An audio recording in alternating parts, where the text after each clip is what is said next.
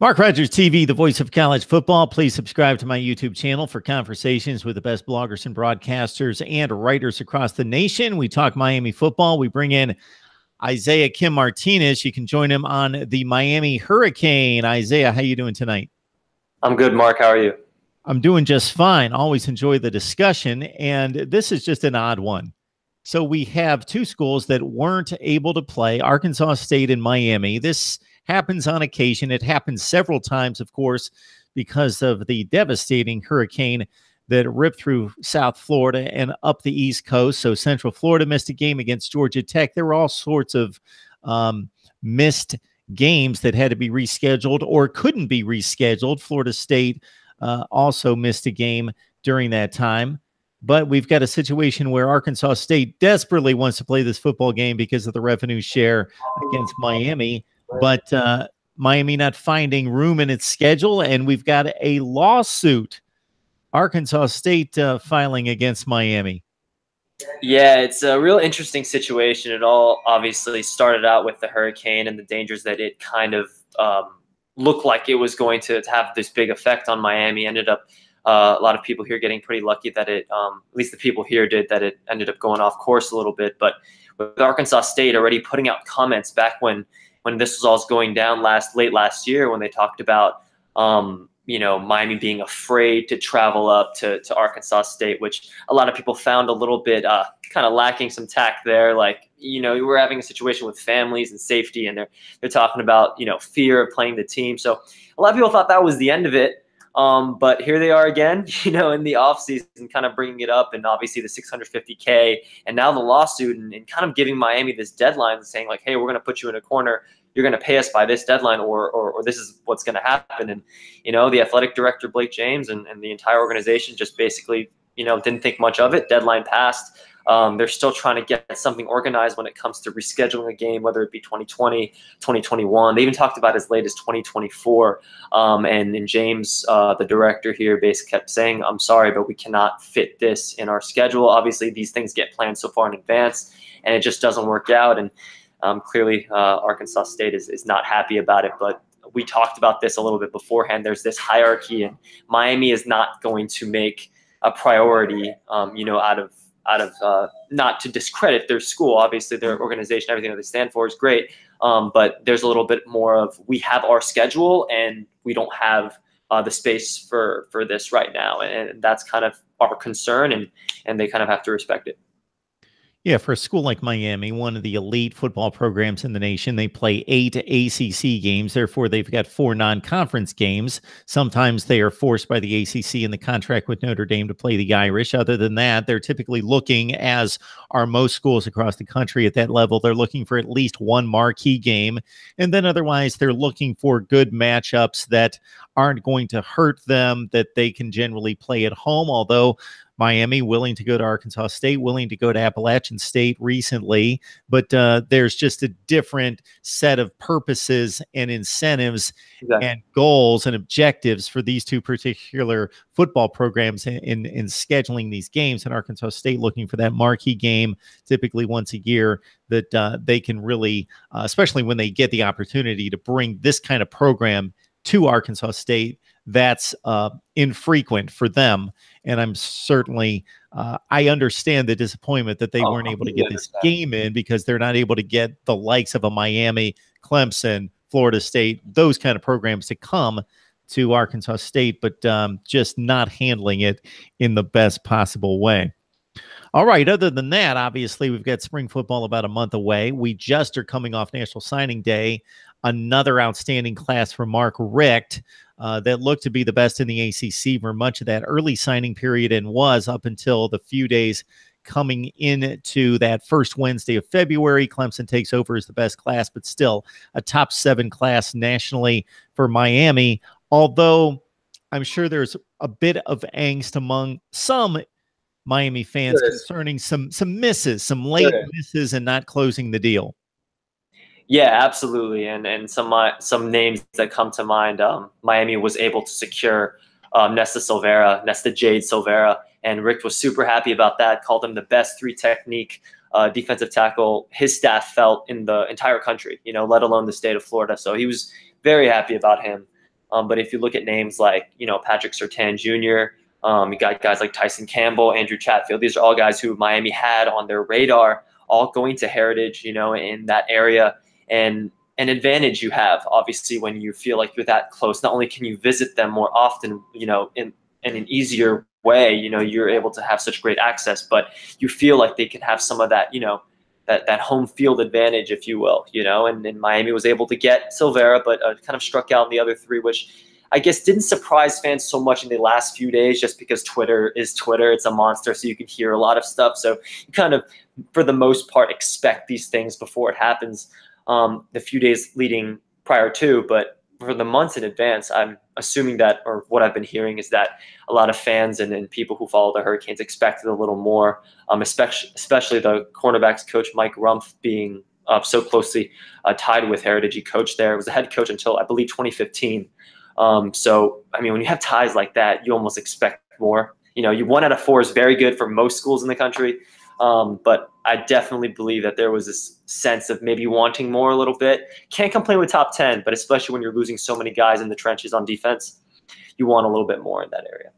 Yeah, and especially since there are certain prime positions. Obviously, quarterback is one of them, but in addition, cornerbacks are difficult to find. True lockdown cornerbacks, defensive ends that can rush the passer. All you have to do is listen to the coverage on National Signing Day, and some of the scouting experts like a Tom Luganbill will run down those basically 3 positions other than quarterback. It's cornerback, it's rush defensive end, and it's left tackle. Those are guys that are extremely rare to find, the elite players at those positions. And you had the 2 cornerbacks, as you mentioned, at American Heritage High School in Tyson Campbell and Patrick Surtain. Then you had already had a commitment from Josh Jobe and let him get away with the flip to Alabama. So the primary cornerbacks, the 2 guys that I speak of, getting away and not getting one of those guys was obviously a disappointment. No, absolutely. And you call Mark Rick said the early signing period was a home run. He said that, and it really was. You get 19 guys off the early signing period, and you're doing a great job. And you get 10 of them obviously enrolling and being on campus. I mean, that's excellent. But when you sometimes get that, and then you get the actual signing day and miss out on some of those guys, it almost makes it kind of a bittersweet type situation. All right, we've got Isaiah Kim Martinez from the Miami Hurricane on to break down some Miami football. Of course, we're in that lull between National Signing Day and spring football that's about a month away, but we talk nothing but college football here. So I know basketball is very much in vogue right now, and coming down the stretch of the ACC season with the conference tournament coming up, but just football here, Isaiah. So we appreciate you jumping on board with us. You had a discussion recently with 2 complete studs coming into the program in Lorenzo Lingard, regarded as possibly the best running back in the country, and Jarren Williams. Just your perspective on these 2 premium athletes after having a discussion with them. Absolutely. Something that's special, I feel like, when you talk to 2 early enrollees like that is how quickly they develop a relationship. You don't necessarily expect that, but when you see a guy who could potentially be your quarterback of the future, and then you see another guy who, sorry about that, there are some people who are going, I'll give them a second. They're excited. No worries. Hurricanes fans, yeah, football, sure. Spring ball, they're hyped for it, but so we'll give them a second. Yeah, that's fine. I'm recording. All right, we'll go ahead and start that over again. Do you want to go? So I can just, you can pick it up at the end of the question whenever you're ready to start. It's fine. No, but like I was saying, when you have a situation where you have 2 early enrollees who are as highly ranked as both of them were, a quarterback like Jarren Williams and one of the best in the country as far as running backs go as Lingard, they could potentially be the future of Miami. They could play at the same time. They could be your 1-2 punch. You don't necessarily expect 2 people like that to necessarily hit it off immediately. Sometimes it takes a little bit of time. But what's interesting with them, obviously spring ball starting in early April, so still a little more than a month away. Just in those couple months that they've spent together, I mean, they've already developed kind of a really good relationship. When I went up and talked to them, they're already kind of, having like the conversation you see people who have known each other for a couple of years. At least that was kind of my vibe from it. And they seem to kind of, when good friends are kind of finishing each other's sentences, they were kind of at that level, which, I mean, on the field's on the field, but when you have guys who can communicate like that off the field, it can't hurt, you know. So I talked to them a little bit, and they were just talking about how right now they're just lifting weights with the teams and they're just working out, but they're already trying to gain that camaraderie, to try to get that those relationships going with some of the other players that are coming back. So it was good to hear those type of things, but especially with each other, it seems like they're already kind of have a close knit bond. And my vibe from Jarren especially is he seems like he's ready. He seems like a type of, they both recently turned 18, but Jarren seems like a guy who, you know, when you kind of say mature beyond their years situation, that's kind of the vibe I get from him. He seems like he's aware of the pressures that will come being, you know, possibly the future quarterback of Miami. And I believe I get the vibe that he's ready to work and he's ready for the situation. It seemed like a really mature guy, and both of them seemed like they had a pretty good relationship from the start. And when you say 17 to an old guy like me, Isaiah, it's just, again, it brings to light the amount of pressure and responsibility placed on these guys coming out of high school. Sure, they benefit from the attention, the exposure, maybe some benefits here and there. But at the same time, the level of pressure and responsibility is something that is generally unmatched for anybody of that age in any other walk of life or any other endeavor, where they're just anonymously going to selecting their college, going into a certain major, and starting their career or starting their studies to work toward a career, where these guys are basically starting a career right now that's going to be seen by millions of people on a weekly basis. And so there's an amount of pressure there that I think we don't necessarily take into account. Yeah, absolutely. You forget, like, even me, I mean, I'm a junior in college and I'll be 21 in a month. And when I look at these guys and they're all built and they all have facial hair, and, you know, you forget that they're kids, you know, and they're a couple of them are a couple years younger than I am, and they just got here from high school.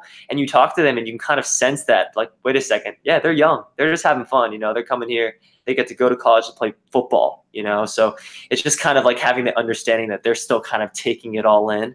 And I got that vibe a little bit, but at the same time, definitely they're mature in what they're expected of at Miami.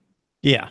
And at the same time, in 7 or 8 months, they're going to be lining up against the likes of Florida State and have 80,000 people screaming at them and all sorts of comments made about them on social media if there's a wrong decision or a dropped pass or a burned coverage or whatever. And that's something they're going to have to deal with, whether right or wrong. In my opinion, wrong. But that's the monster that's been created of college football. All right, you mentioned the national signing class that was just wrapped up here, and those two guys being two of the core group amongst a number of gems. 2019 seems to be taking shape similar to what we saw in 2018, where Mark Richt actually for a long period of time was rated to have had the #1 recruiting class. So the same is holding true now. It seems to be now something that he's building as a trend of getting the jump on these classes early. Absolutely. I mean, you see the type of things. It was actually, I think it was the day before National Signing Day, they actually talked about a guy who I believe is Rick's nephew. He might be a quarterback. His name slips me, but he's in 8th grade, and Rick was at his house. And they're throwing up the U, you know, verbally committing as early as age 14. It's unbelievable how far ahead they work in this program. This is a day before your National Signing Day for 2018. So they think so far ahead, and I think Rick has really done a great job as far as thinking ahead like that and really bouncing on these opportunities. They already have the =1 class for next year, for 2019. 11 guys already verbally committing, including one who just did yesterday, a wide receiver, Jeremiah, what's his name? Jeremiah. His name slips my mind, but he's a receiver. He's a 4-star recruit, one of the top guys, and Rick already, you know, has him verbally committed. So I actually talked to a guy. His name's Dan Cilio. He used to go to the University of Miami. He has a talk show over in California, and he actually talked about how, you know, he feels that Rick is mending relationships that were broken, you know, before in the golden era, and kind of mending those back together, which is huge, you know, especially when it comes to recruiting, when your parents are signing their kids for 3-4 years at your school, you know. So, and he also said that within 5 years with this type of recruiting class, he sees them being in the title game. So a lot of people having a lot of faith in the program, and Rick himself saying, if we can get another class like this one, he said, we'll have 85 guys who legitimately can compete for a national championship. And he said that at his conference. So clearly getting the balance is his priority, and it's working thus far. I believe we've got Jeremiah Payton, who's from Neptune yeah, Beach. sorry about that. Yeah. Yeah, he is the 4th-rated wide receiver for 2019, number 23 player overall, regardless of position. That's rarefied air if you're really not into recruiting. If you're the 23rd rated player in the country, regardless of position. And so he is committed as a hard commit to Miami on February 20th, just a day or two ago. All right, Isaiah Kim Martinez joining us from the Miami Hurricane, taking a bit of a break from basketball to talk some football with us. Isaiah, we appreciate the breakdown. Always a pleasure.